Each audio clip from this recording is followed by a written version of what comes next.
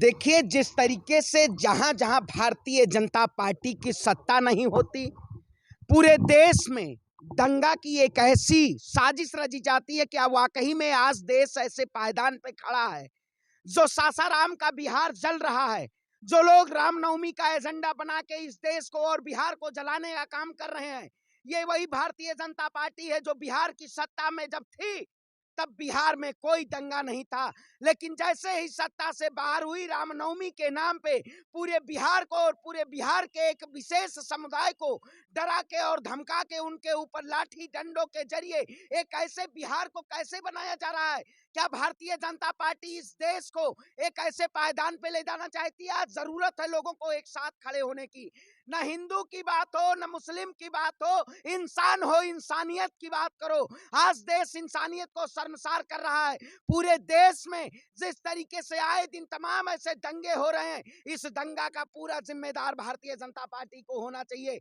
आज जरूरत है, मैं कहता हूं, जिस शासनकाल में जो लोग सत्ता की मलाई के लिए तमाम ऐसे लाशों के ऊपर गुजरते हुए जाते हैं, ये वही भारतीय जनता पार्टी है जो गोधरा कांड कराई। ये वही भारतीय जनता पार्टी है जो बिहार के सासाराम को जला के रख दिया है। जब वहां गृह मंत्री जी बैठे हुए हैं, गृह मंत्री जी बिहार का दौरा कर रहे हैं और बिहार शमशान बना हुआ है। वाह, देश के प्रधानमंत्री और देश के गृह मंत्री, क्या वाकई में ये लोग देश की जनता के हितैषी हैं? ये देश की जनता के हितैषी नहीं है, ये केवल चंद फायदे के लिए देश की जनता को जलाने का काम करते हैं।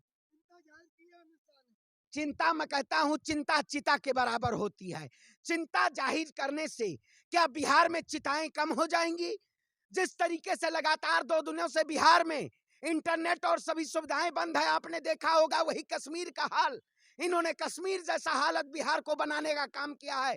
बिहार की जनता को रोजगार नहीं दे पाई 23 साल की शासनकाल में, लेकिन बिहार की जनता को इन्होंने तलवार देने का काम किया, बिहार की जनता को जलाने का काम किया। तमाम ऐसे घरों के लोग पलायन कर रहे हैं, इसका जिम्मेदार कौन है? आपने देखा होगा उत्तर प्रदेश में पूर्व में जिस तरीके से लोग पलायन पे मजबूर हुए, उसी तरीके से आज बिहार में लोग पलायन को मजबूर हो रहे हैं। ये सरकार पूरी तरीके से देश में तानाशाही रवैया अपना के और सत्ता पे काबिज होने के लिए इस देश की जनता को गुमराह करने का काम कर रही है।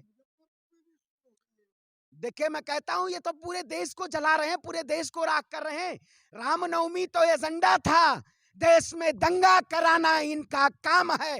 रामनवमी के नाम पे आप बताइए, आज भारत का युवा कैसा हो चुका है? क्या वाकई में मस्जिद में आप रामनवमी मनाएंगे या मंदिर में जाके रामनवमी मनाएंगे? ये देश के युवाओं को तय करना है। अगर आपको जुलूस यात्रा निकालनी है तो आप हाथों में तलवार लेके जुलूस यात्रा निकालेंगे?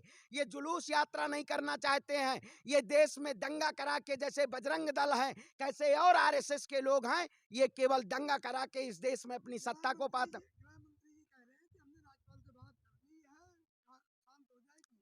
देखिए, मैं कहता हूं, जितने लोगों के परिवारजनों बेसहारा हुए हैं, उसका जिम्मेदार कौन है? आखिर आप बताइए, आज जब से 2007 2014 के बाद जब से भारतीय जनता पार्टी सत्ता में आई है, तब से पूरे देश को जलाने का काम किया है। इन्होंने देश के युवाओं को रोजगार नहीं दिया है। इनके नेता देश के युवाओं को हाथ में तलवार देना चाहते हैं, छुरी देना चाहते हैं। तय आपको करना है कि आपको तलवार चाहिए या छुरी चाहिए या हाथ में कलम चाहिए। मैं कहता हूं, बिहार की तमाम उस जनता से जो भारतीय जनता पार्टी सत्ता के नाम पे आई थी, प्रभु श्री राम के नाम को बदनाम करके ये देश में दंगा कराने का काम कर रही है। ये दंगाई पार्टी है। इससे देश के युवाओं को, देश की जनता को सावधान रहना होता है। जब जब चुनाव आ जाता है तब तब हिंदू मुसलमान याद आ जाता है। ये वही सरकार है जो आए दिन तमाम दंगा करा के और अपनी सत्ता पे काबिज होना चाहती है। आप बताइए, नेता साक्षी महाराज कौन है? प्रज्ञा ठाकुर कौन है? आखिर ये लोग कौन से नेता हैं जो लोग आए दिन तमाम ऐसे बयानों के जरिए ऐसे ऐसे बयानों का उद्बोधन करते हैं? इनको जेल की सलाखों के पीछे नहीं डाला जाना चाहिए। आप बताइए, भगवान श्री राम सभी के पालनहार थे, लेकिन भारतीय जनता पार्टी सबके विनाश कारण है। ये विनाशकारी लोग हैं। ऐसे लोग केवल देश में तांडव कराने का काम कर रहे हैं।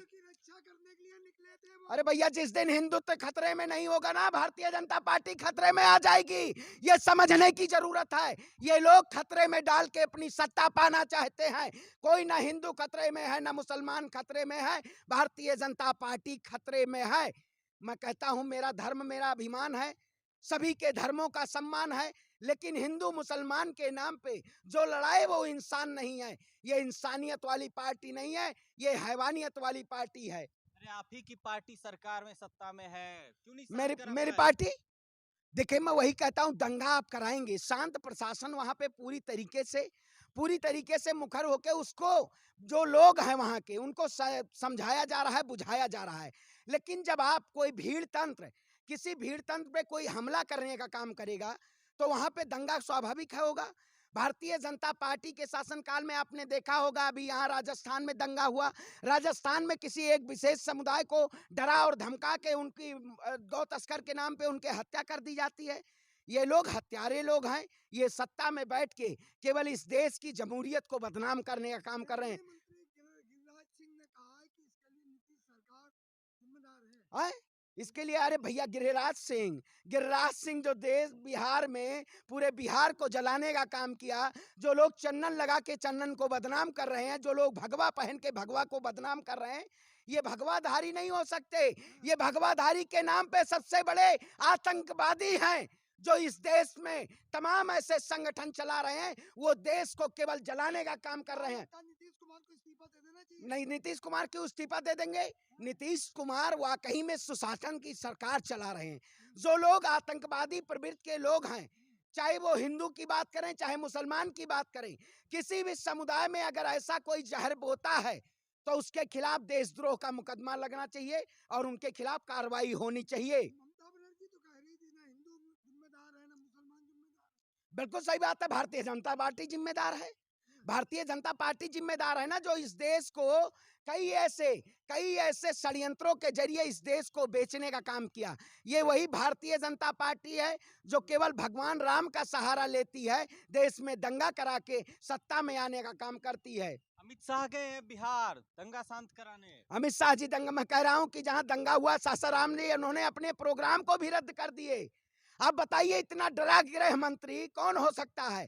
आप बताइए, आपको जाना चाहिए वहां के युवाओं को, वहां के लोगों को शांत कराने के लिए आपको मिलना चाहिए, लेकिन भारतीय जनता पार्टी के नेता दंगा करा के काल कोठरी में बैठ जाते हैं।